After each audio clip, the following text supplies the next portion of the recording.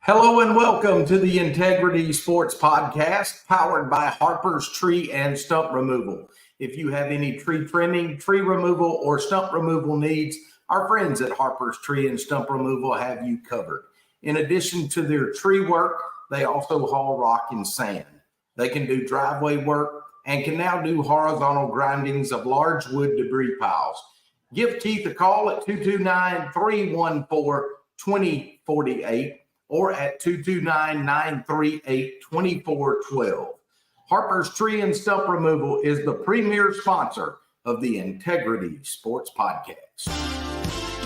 Welcome to the Integrity Sports Podcast, covering local sports in the Southwest Georgia area, creating content that is factual, positive, and informative, promoting efforts by athletes, coaches, and sports administrators. Now, here's your host, Tim Estes. Hey, and thank you for making the Integrity Sports Podcast a part of your weekly routine. Let me encourage you today to like and share this video on whatever platform you may be watching us. And please go to our YouTube page and hit the subscribe button. We're trying to reach that 1,000 subscriber mark. Help us to do that by hitting the subscribe button. Many of you have asked over the past several weeks, where is Scott? We enjoyed what you were doing during football season, and we got him back tonight. Our guest is my co-host during football season, Scott Westbrook. Man, this is going to be fun. Thanks for joining me. Tim, yes, I hate I've missed you, but it's hard to do it from prison. But, after I got out on probation and got this ankle bracelet, I should be back with you a little bit longer, until my trial. Sounds like a good plan. Hey, Scott, we got a lot going on in Southwest Georgia, and I thought what we would do tonight would be just to go through kind of the smorgasbord of all the different things that are happening here in sports in Southwest Georgia. Let's start with high school and college baseball, and I'm going to start with Southland Academy. Southland's under first-year head coach Blaze Hargrove. And, man, they've kind of caught fire here as of late. They've had a great run over the past couple of weeks. They're on a 4-game winning streak right now. Went over to St. Simon's Island not long ago last week and had 2 big impressive wins over there. One over Tattnall Square and then another over John Millage. Both of those programs are always at the top of the GIAA. And then this week had a walk-off win over a very good Terrell Academy team. So it looks like old Blaze has got Southland rolling right now. He has done a phenomenal job. He's got some great senior leadership on that team. I feel sorry for him for having to play baseball in St. Simon. Some of us have to play in Manchester, Georgia on a rec field while others get to play in St. Simon's. But, hey, they're making the best of it and doing what they can while they're out there. But Blaze has done Coach Hargrove, I should say, has done a phenomenal job. Has had a lot of great help from, I think, some community coaches and some others in the area, as well as having some key seniors step up and perform well. Yeah, 2 guys in particular that we know well at catcher, Will Godwin, and then, of course, Perry Usher, who has done a lot of different things. He's been pitching, he's playing shortstop, currently hitting over 500. But when you got 2 guys like that, they can make a difference, can't they? Yes, sir. And let's not forget my boy Perry Bennett getting a walk-off walk the other day too. I forgot who it was against, but yeah. I mean, I told somebody the other day. I said, you want to feel good, just spend a few minutes with Perry Bennett. He'll make you feel good. And so he's got some great young men on that team. Man, it's hard to believe Perry Bennett's already a senior. I remember him coming through our rec program, but he's one of those kids you always enjoy being around. Got a great attitude, good parents. Yeah, we hope Perry good Bennett. Parent. Let's not, don't give Blake too much credit. That's 99% mama, 1% daddy in that equation, I promise you. If you say so, I'm going to stay in good graces with both of them. How about that? That works. And then Sly County, Scott, the Wildcats are also having just another great season. Coach Chuck Cheek and his guys are 19-2 right now. They had a big 2-1 win over Upson Lee this week. The Wildcats, they're a top Class A Division II, and the thing we always say, they don't rebuild, they just reload. But the Wildcats looking good so far. Definitely. We had some young players step up that have really surprised us and done well. Oscar Lloyd has really seized an opportunity and done well defensively and offensively, as well as just the senior leadership on that team also.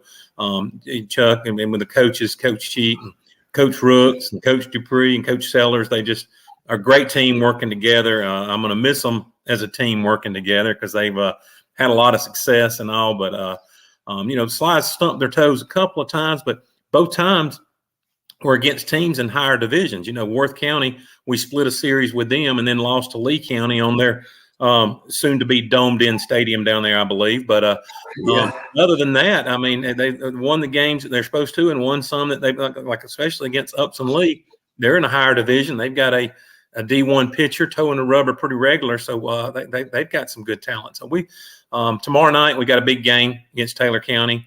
Taylor County, they're always looking to beat Sly, and nothing would be sweeter to them than to do it in Ellaville. So we hope the boys really step up well and get fired up early and come out of the gates on fire against Taylor County, against a key region opponent. Yeah, and I hear, Scott, that our friend Clay Mathis is back at Taylor County.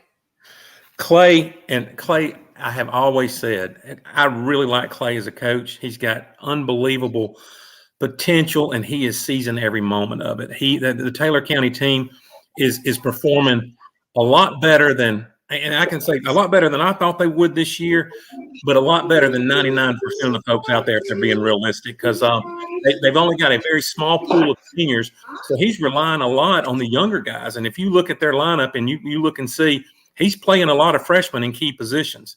And so, I can't help that a lot of, just like with Coach Hargrove, a lot of the improvement that Taylor County has seen is rest on Clay Mathis. I can promise you that. We are talking to Scott Westbrook. Scott and I had a good time doing this show live during football season, and glad we could get Scott back on tonight.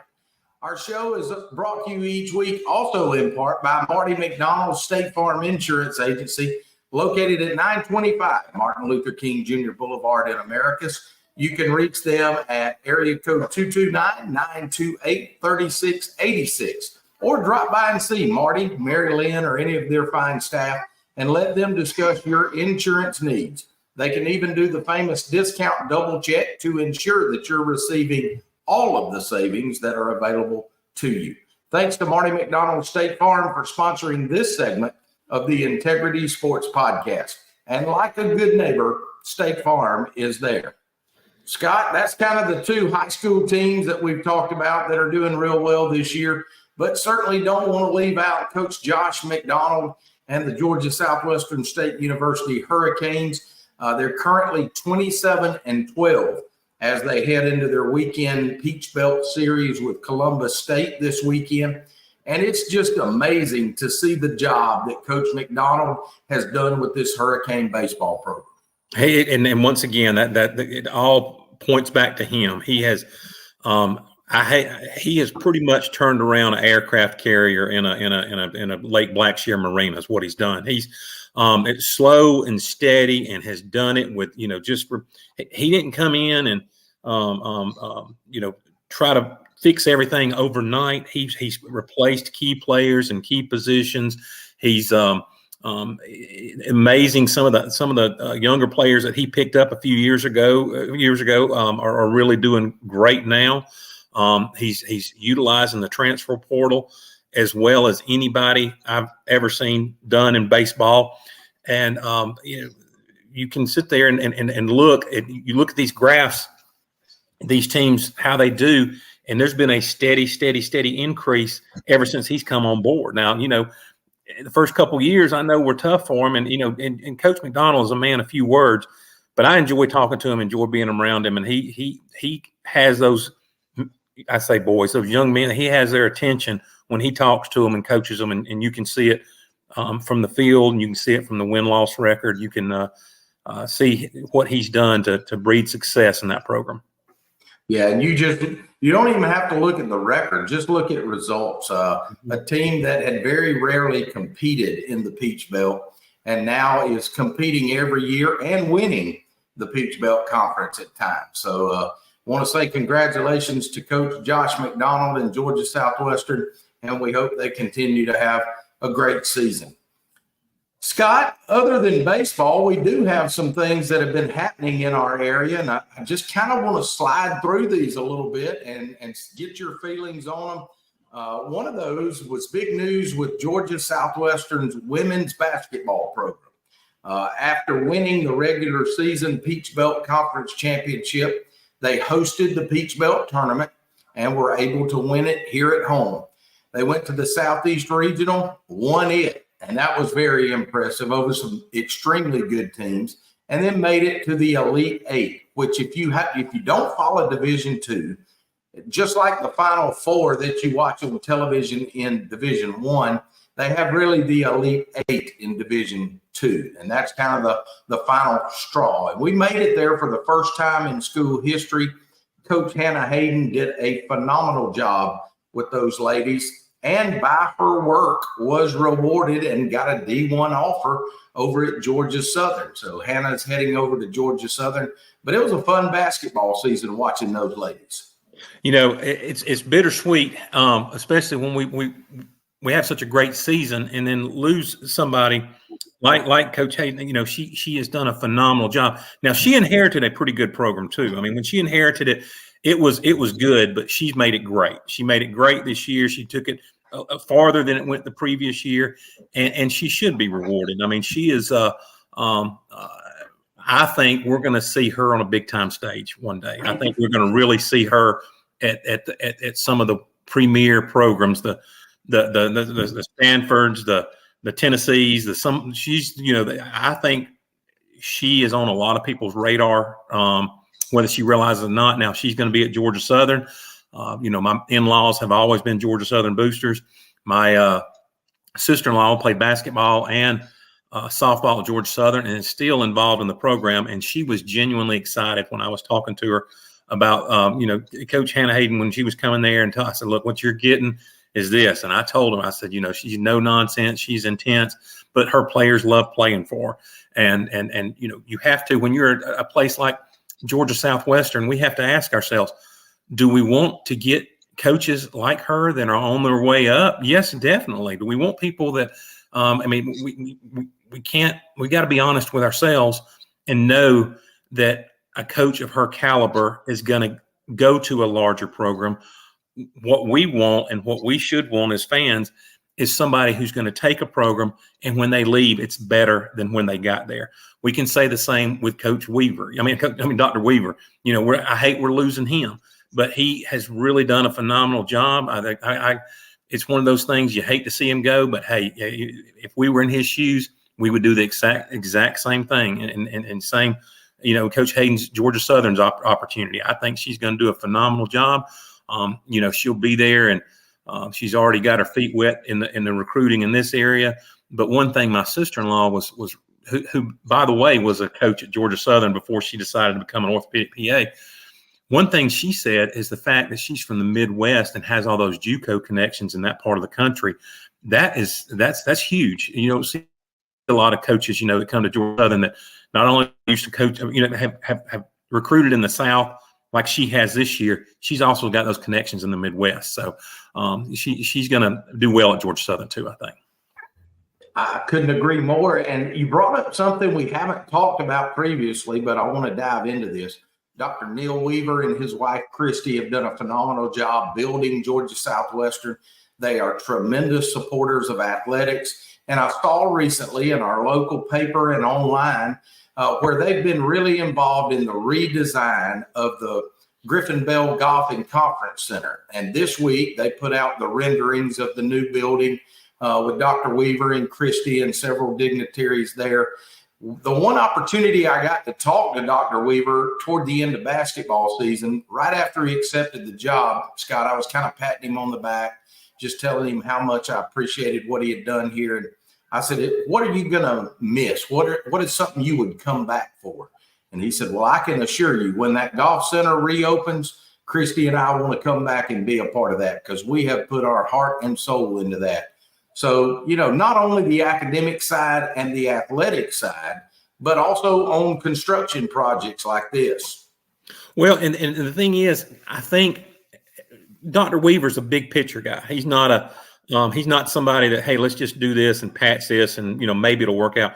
He understands that conference center, and I don't want to get off track here, but how impactful that's going to be to our entire region, especially America's Sumter County, because of the conferences that we're going to be able to host there. You with GRPA and the organizations that you're involved in, think about how often that you're in Carrollton or you're in Gainesville or something like that.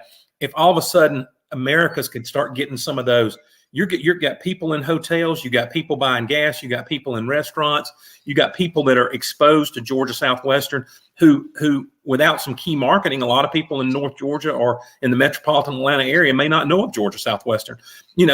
I'm going to tell you, how big I was on Colorado School of Mines for my own son. The way I found out about that place was when I worked with Farm Credit and I had to go to school out there. I was in the Denver airport and saw an advertisement for it in Denver. Started researching it for myself and thought, what a phenomenal school. That same thing will happen to Georgia Southwestern because of this center if we start hosting conferences there. And I think Dr. Weaver knows that and realizes it. And I think that a lot of times the naysayers on projects like this just don't see the big picture and how it can have such a rippling effect on our whole community. And not to mention, Georgia Southwestern's golf team over the past 5 or 6 years has been one of the best in the nation in Division II. I think I'm just going to say it when I think we were screwed out of a national championship COVID year. I mean, that was our year to win a national championship. I think we were going to have it, but COVID being what it is, it just didn't work out for us. But I think that was when we were going to.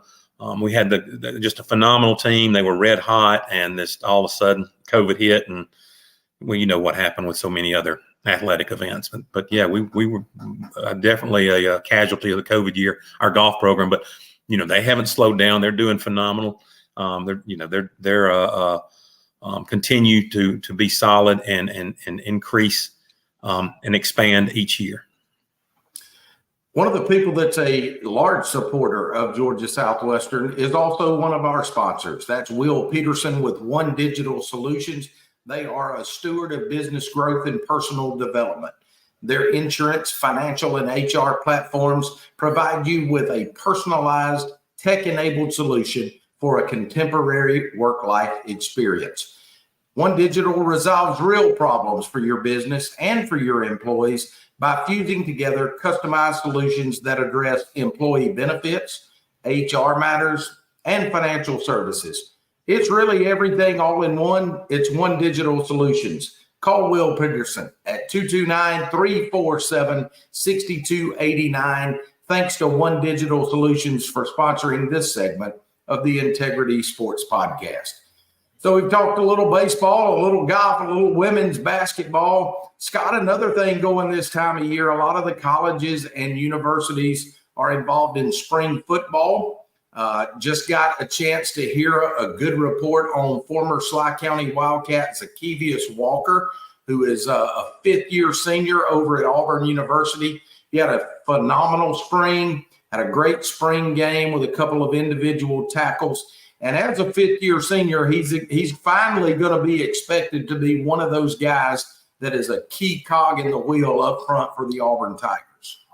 Zacchaeus Walker is such an asset to our whole area and such a great role model for any young person.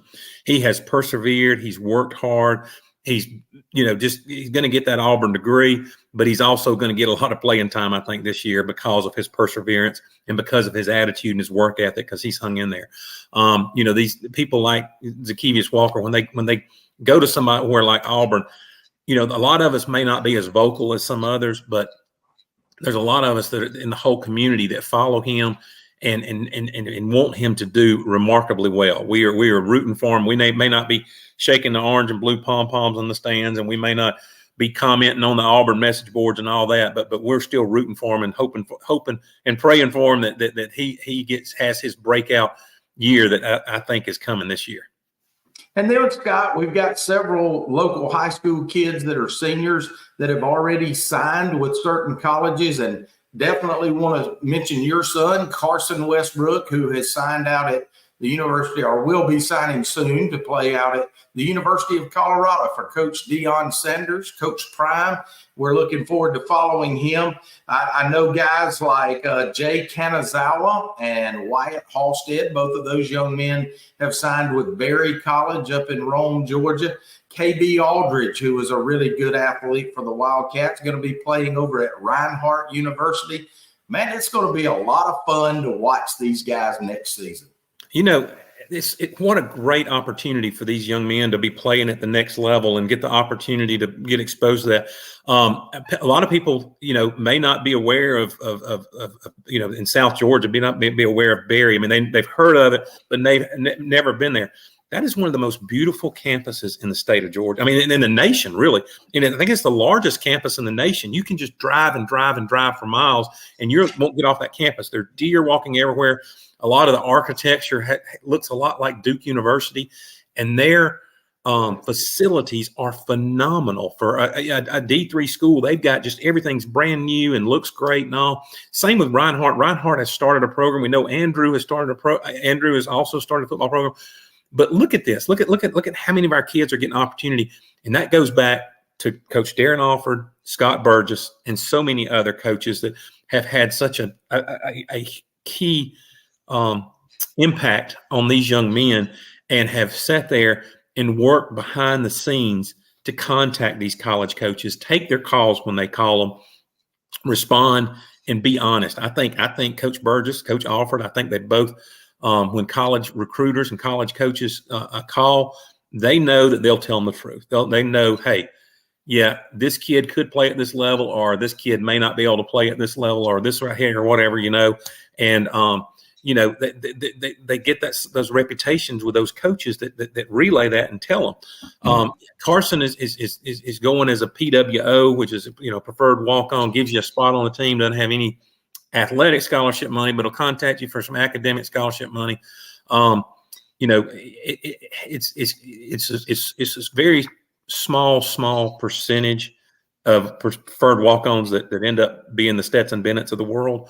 But he's getting the opportunity to chase his dream, just like Jay and Wyatt are, and just like KB is also. And I think so many of our other young men that are going to be playing next year are going to get that opportunity. And I'm just going to say it, whether anybody likes it or not, if they'd played anywhere else other than Sly County in the single A Division II, they wouldn't have got that opportunity. I can't agree with you more. And I'm going to ask you to take your commentator hat off for just a minute and put your dad hat on. You and I being close friends like we are, I got a chance to go through this recruiting process with you. And man, what a fun time it was to deal with a personality like Coach Prime, and to be recruited by a guy like Michael Pollock, who we've actually had on this program. Mm-hmm. But Scott, you got to be just so anxious to see Carson get the opportunity to play at that level, and for people like that. Tim, you want me to tell you? I mean, you know how it's played out, but do you want me to share it with everybody, kind of how it played out? Sure. Okay.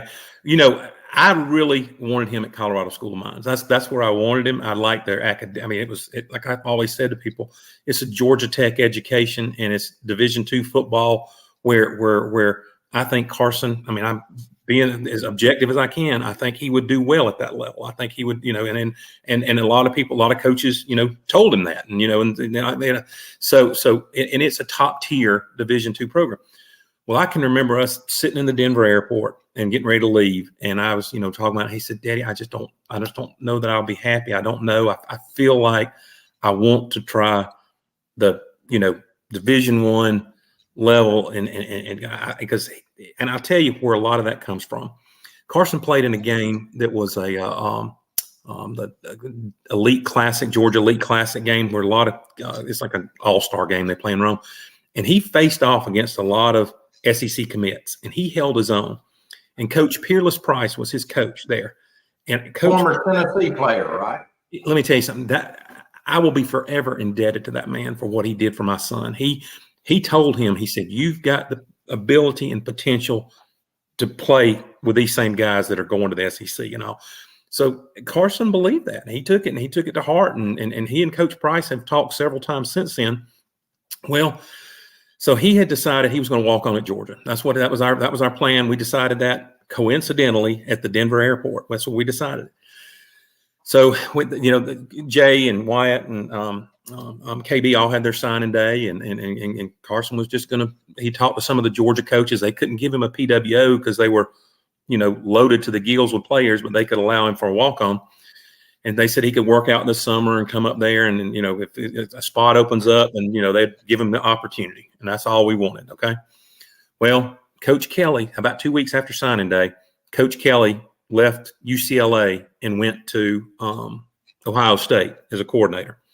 And I told Carson, I said, Carson, they're going to open up the transfer portal for those UCLA players. If they have a mass exodus there are no 2024s left, and the transfer portal has already been pillaged. I said, you might wiggle into a spot at UCLA. I said, you need to reach out to those UCLA coaches. Well, he did. He went and talked to Coach Burgess, and Coach Burgess thought it was a good strategy. But he says, Carson, he said, after signing day, I'm going to reach out to some of these teams because sometimes some PWOs open up after signing day. Well, he shotgunned it out to a few teams that he thought would have interest in Carson. And the first one that replied was University of Colorado. And it was Coach Pollock. And he said, we might be interested in this kid. And then 30 minutes, and Coach Burgess contacted me. He said, what do you think? I said, don't tell Carson anything yet. Don't, let's just let it see what happens. 30 minutes later, Coach Pollock says, we'll take him. And so I said, and Coach Burgess, I would have loved to have been the one to deliver that news to Carson, but Coach Burgess has done so much for Carson. And I told Coach Burgess, I said, you go tell him, because I wanted him to experience that, because he has a job that he does a lot of stuff behind the scenes, and a lot of times doesn't get this, see the outcome like that. So I was glad that he was able to tell him. Of course, Carson contacted me immediately when it happened. And I said, yes, son. I said, if they want you and you want them, let's do it, brother. And that's how it ended up. Man, that's awesome. Scott, I want to just briefly hit on a little high school football as we think about that. Southland Academy, they're going to be under a new head football coach this coming year as Coach Chance Jones takes over that Raider program. You got Darren Alford coming back at Sly County, and everybody in this area has high regard for Darren Alford. And then what a job Coach Will Rogers did at Sumter High this past year. And I know right now their hopes are very high. You and I every week discussed high school football this fall. As you look ahead, what are your thoughts on all that? I'm 100% behind Sumter County. I mean, and what they're doing, and that, Coach Rogers, I feel like he's going to continue to increase and expand and elevate and dominate, to take from Coach Prime, the title of his book. So I believe that Coach Rogers is going to keep riding that wave and get some more athletes out there, and people are starting to buy in. Coach Jones coming to Southland, I think I've met him, but he and I have a lot of mutual friends. And I have heard nothing but great things about him. I have heard that he is a disciplinarian. He is a coach who will get the most out of the young men that are in front of him. And I think he's going to get some talent, at Southland, some of these younger guys who've played the past few years because of a lot of injuries that they had to deal with last year. So he's getting some experienced players in some positions that that have got a little bit of experience that a lot of schools may not have. They getting a new AD over there at Southland also, and so there's a lot of good things happening over at Southland. A lot of good things happening in Sumter County, and I think that good things are continuing to happen at Sly County. We have a new sponsor, the Fish House Restaurant at 224 North Jackson Street. They offer some of the freshest seafood in Southwest Georgia, whether it's fresh fish, shrimp, or oysters, even catfish in their seafood center, or a hot meal and a cold drink at the Fish House Restaurant. They are a staple here in Southwest Georgia. Go by and see owner Mark Tyler and his staff today, or give them a call at 924-5177 and let the Fish House Restaurant provide a delicious meal for you and your family. The Fish House is proud to be a sponsor of the Integrity Sports Podcast. Scott, we just a few minutes left here, and I do want to circle back around because we've got the high school baseball playoffs coming up in a couple of weeks. What are you looking forward to as we enter that fun time of year? I'm looking forward. I hope Sly County ends up, with the bye in the first round, because that means they've won the region.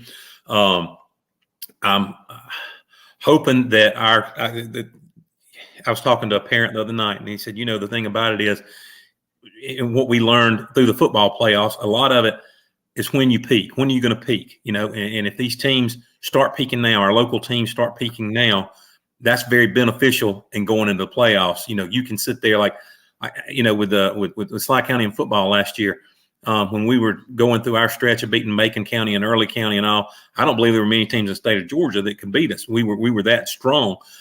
It was tough. I wish we would have peaked out at the end of the season like that, but it just didn't work out like that for us. So I'm hoping that with baseball, that the teams that have the momentum going in the playoffs, that are peaking at the end of the season, they're the ones, regardless of what they've done early in the season, they're the ones who have the upper hand going into the playoffs. And then, of course, Blaze Hargrove, it looks like he's going to have his bunch in the playoffs as well. You and I think a lot of Blaze. He's a good young coach, and I'm expecting them to make some noise. Well, like right now, the wins that you started off with, we were talking about how well they did, and they had to go sit there and suffer through playing at St. Simon's. They did well, won those games. Terrell Academy, I mean, no secret to the talent they've had over the past few years, but they've gone and beat them. So, I mean, if they're starting to peak now, you couldn't ask for anything better. Man, this has been a lot of fun, Scott. Man, I missed our weekly get together at Roman Oven, and I hope we're going to get to do that again this coming fall. But we want to thank everybody for listening and watching today, for making the Integrity Sports Podcast a part of your weekly routine. Let me again ask you to go to our YouTube page and hit the subscribe button, become a subscriber of the Integrity Sports Podcast. Scott, thanks for joining me, man. I look forward to it again the next time. Thank you. Enjoyed it, Tim. For my friend Scott Westbrook, I'm Tim Estes. We thank you for watching. So long, everyone.